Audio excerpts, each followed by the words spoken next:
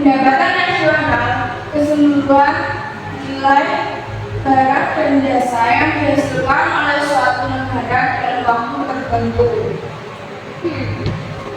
Sebagai pengusaha, aku penasaran bagaimana pendapatan nasional ini bisa berpengaruh ke sektor bisnis. Pertanyaan bagus, Cita. Pendapatan nasional itu berhubungan dengan jual beli masyarakat. Semakin tinggi pendapatan nasional, semakin tinggi juga kemampuan masyarakat untuk membeli barang dan jasa. Apa perbedaan PDB dan BNP?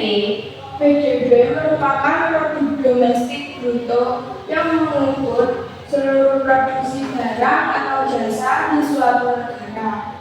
Kalau PNB merupakan produksi nasional bruto yang menghitung pendapatan yang Berarti kalau perusahaan asing masuk ke negara kita yang melaksanakan keuntungan, itu termasuk ke PDB, bukan BNP. Kalau ingin beritahu lanjut perbedaan pendapatan nasional, PNB bersih dan BNP kotor, itu menunjukkan produksi kotor. Wah, menarik. Semakin besar pendapatan nasional, semakin makmur negara kita. Ya benar, tetapi ada yang perlu diperhatikan. Pendapatan nasional yang tinggi tidak selalu pendapatannya merata, tetapi kadang juga ada ketimpangan distribusi pendapatan. Yaudah kalian lanjutin, saya mau makan sebentar. Ya Bu. Sebagai pengusaha, aku jadi paham. Tidak hanya fokus pada keuntungan perusahaan saja, Tetapi penting juga untuk perhatikan gaya dari konsumen. Wah, benar sih Kak. Dengan memahami pendapatan nasional, kita bisa lebih peka terhadap kondisi ekonomi sekarang. Terima kasih untuk penjelasannya. Sekarang aku jadi lebih paham tentang pendapatan nasional dan bagaimana itu mempengaruhi kita semua. Sama-sama, memahami ekonomi nasional adalah langkah awal untuk menjadi warga negara yang bijak dan aktif berkontribusi. Ayo kita belajar dan berdiskusi di lain waktu. No dia seguinte. Bagaimana belajarmu dengan teman-teman kemarin? Alhamdulillah lancar Bu, cuma kemarin masih ada beberapa yang kurang paham. Jadi masih mau menunggu Ibu buat menyampaikannya lebih lanjut. Iya, nanti saya sampaikan dan pertanyaan-pertanyaannya akan saya jawab. Oh iya, besok kita ambil lagi ya. Assalamualaikum Bu. Waalaikumsalam. Maaf Bu, telat. Oh iya, nggak apa-apa. Yang kemarin belum paham. Yang mana? Yang bagaimana pendapatan nasional bisa dirasakan oleh kalangan masyarakat.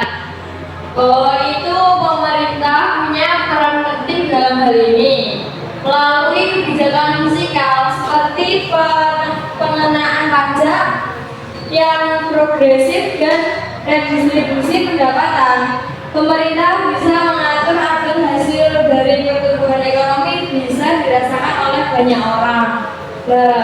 Kui paham? Paham. Oh, jadi maksud pemerintah ingin membantu agar rakyat kecil seperti saya bisa memanfaatkan pendapatan nasional itu. Iya benar.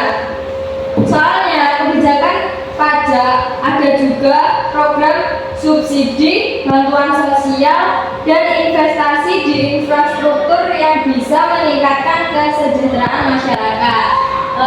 Berarti sebagai pengusaha, kami juga diuntungkan jika daya masyarakat meningkat. Makanya penting juga buat kami untuk bekerjasama dengan pemerintah untuk menciptakan ekonomi yang lebih inklusif. Jadi, meskipun pendapatan nasional kita naik, kalau kebijakan tidak tepat, bisa jadi yang menikmati hanya sebagian kecil orang saja. Ya, itu sebabnya kita harus melihat pertumbuhan ekonomi tidak dari angka, tetapi juga dari indikator lain seperti tingkat kemiskinan, pengangguran, dan ketimpangan pendapatan. Nah, kalian udah paham dengan materinya semua? Udah Bu, terima kasih atas penjelasannya. Sekarang saya lebih paham tentang pendapatan nasional itu. Itu memang harapan kita semua, Luna.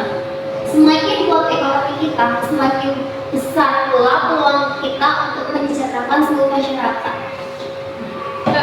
Materi hari ini kita akhiri dan kita lanjutkan lain waktu tentang pendapatan nasional.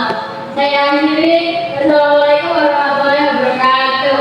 Waalaikumsalam warahmatullahi wabarakatuh.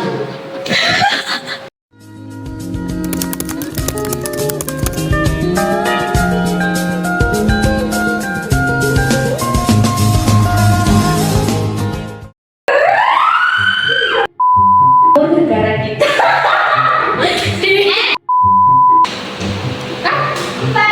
Sekian terima Satu, dua, tiga. Jadi kalau perusahaan asing Ada ketimpangan distribusi. kalau Pendapatan dulu.